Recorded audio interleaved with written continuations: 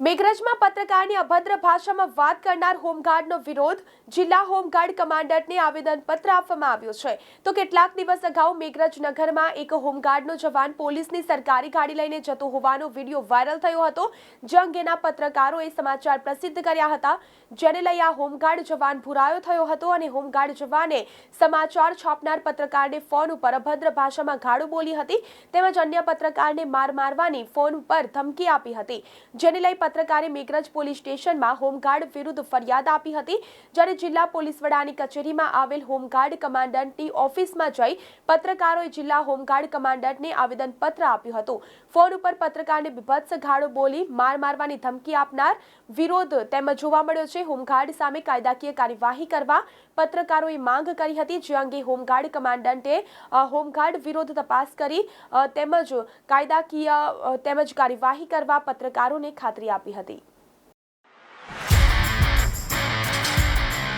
કરણ, બોલ સાગર. ઇલેક્શન આવે છે તો વોટ કોને કરી? મારી પાસે એક આઈડિયા છે જેનાથી ખબર પડી જશે કે વોટ કોને આપવો. અચ્છા, આપણે ગેમ રમીએ.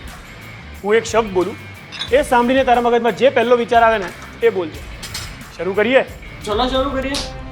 Moon, Chandrayaan 3, connectivity, world class, Ahmedabad Mumbai, bullet train, G20 presidency, વસુદેવ કુટુંબકમ, મહિલા, નારી શક્તિને વંદન, ગેરકાયદેસર અતિક્રમણ, બુલડોઝર, બ્લેક મની, ભારતમાં no entry, Pakistan, surgical strike, Kashmir, bye bye article 370, Bhajpa, ભરોસો, મોદી, વિઝનરી, ફરી એકવાર. મોદી સરકાર.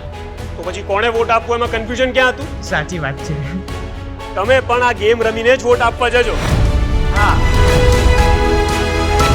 કમળનું બટન દબાવો, ભાજપને જીતાડો.